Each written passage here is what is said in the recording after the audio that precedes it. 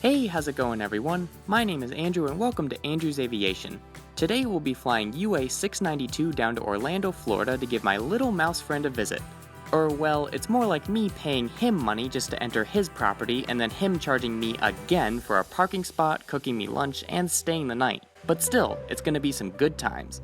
But of course, to do all that, we have to get there first, and when I was booking this trip, a little birdie I know told me about some domestic wide-body flights to Orlando in early March that were hard to pass up. So for today's flight, we'll be flying an economy with United Airlines on one of their iconic 777-200s from Chicago to Orlando. I feel like this will be quite the experience, so let's head to the gate.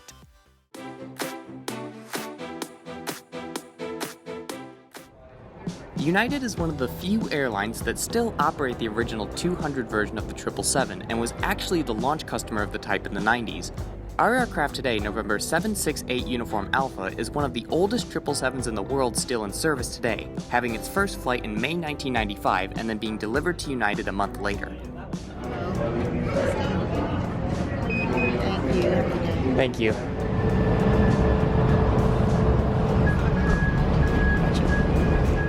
Over the years, United have changed the configurations of some of its 777-200 aircraft.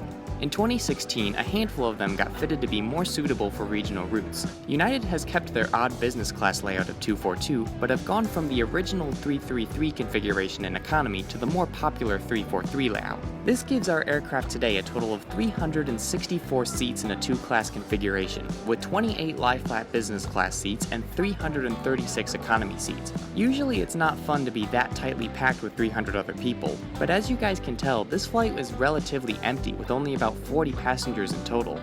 I was in Group 5, which was the last group to board, and when I saw how empty the plane was, it was a huge relief to know I'll have row 43 all to myself. Once we were all sat down, the flight crew allowed us to move around in our section if we so desired. Of course, everyone else spread out to have their own rows to themselves, but I decided to stay put cause I'm an idiot and actually prepaid for my seat on an empty flight that I thought would be full. It's not that I was required to, but it's just the principle of it, you know? I wouldn't say I ended up burning $30, I just paid an extra tax for overthinking. But at least I can still say that I got what I paid for. So with everyone all spread out and comfortable, we pushed back and headed out towards Orlando.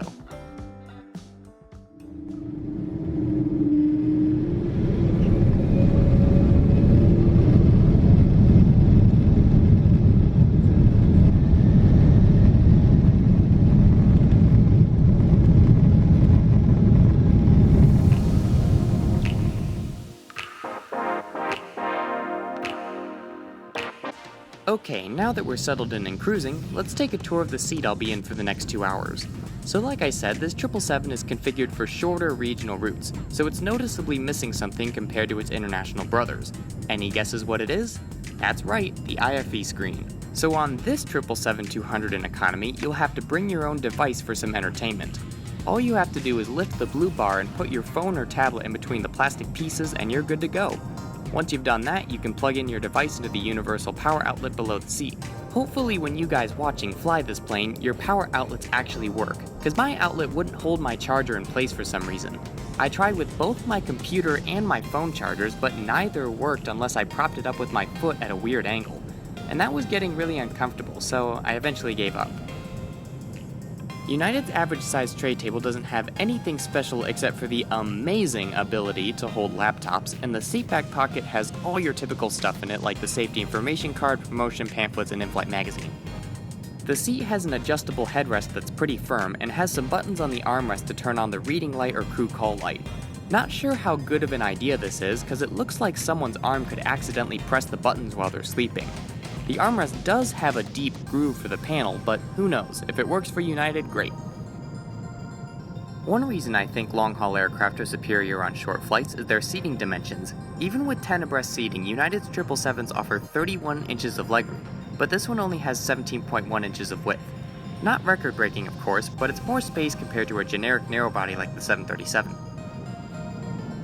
So that's our seat. Could be better, could be worse, but now let's move on to the in-flight entertainment. Like I said with the entertainment earlier, you'll have to bring your own device to be able to do anything. On United Zapper official entertainment website powered by Panasonic, you can stream free movies and TV shows. The seat also offers Wi-Fi, but it costs money or loyalty miles if you want to use it to go anywhere outside the app or official website. Your computer also might need a plugin to actually watch any of the content, so before your flight, make sure you've downloaded all the necessary software if your computer doesn't have it, and maybe download the app too, just in case it doesn't work. If you don't have the app or software necessary, you can still stare at the in-flight map while everyone else who came prepared watches their movies. The map does a great job of providing some ongoing information about the aircraft and its flight, but I noticed something weird. The website got the aircraft type and registration info right, but when I zoomed in on the picture of the plane, it turned out to be a 787 instead of a 777. Not sure if this was an honest mistake or not, but either way, it was pretty funny to catch. So that's our entertainment for the day. There's not that many things to do, but for 2 hours, I think I'll be just fine. Anyways, time to catch up on some movies I purposely missed in theaters just so I could watch them for free later.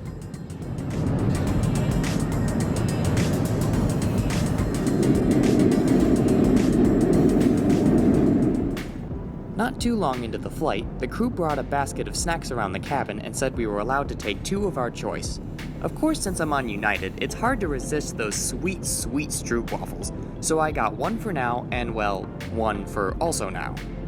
The crew then came back around and gave us our drinks. Those who frequently watch my videos know by now that I order Coke if available no matter what time of day it is, and of course to feed my addiction, I got myself another can.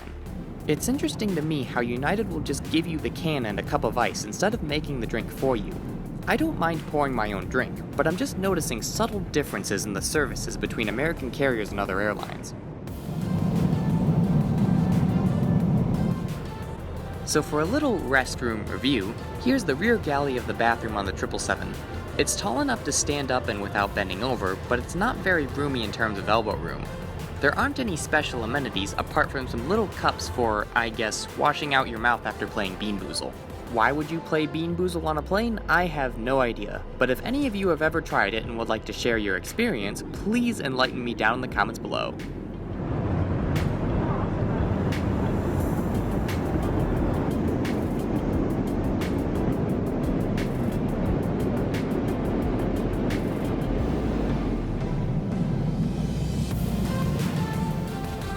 A short hour and gaming session later, the plane began its descent into Orlando International, in which I will now give the flight its ranking score. So how was this flight overall? To be honest, United pretty much met my expectations for a typical regional US flight, and then some. The atmosphere of this flight was great since we all got rows to ourselves. No meal was provided, but snacks and drinks were acceptable for the time range. Entertainment was a little lacking from the absence of a provided screen, but I can see United's reasoning for removing them, which is to save money. And also, my power outlet didn't work, so that was a bummer. Lastly, the overall value of this flight was amazing. I've given United full marks here because my ticket price was only $30 one way, and I had lots of room to put my stuff in the overhead bins. I believe these 2 things make up for the lack of meals and entertainment. In the end, I think I've put together a reasonable score for United, and I would still recommend flying the 777-200 short haul with them if you ever get the chance.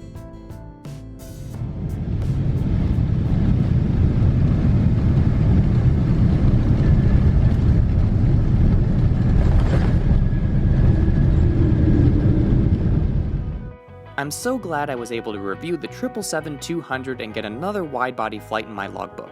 From what I've heard, the type will return to service with United after the outbreak of COVID-19 is over. Still, there aren't many of the original type in service, and it's cool to see a 25-year-old wide-body airliner still flying. But of course, if a plane has been around for 25 years, thousands of people have flown on it, and I'll bet you guys out there have some stories and opinions of your own. So to that, I ask you guys, what do you think of the 777-200 and United Airlines? Any facts, stories, past, future flights you'd like to share?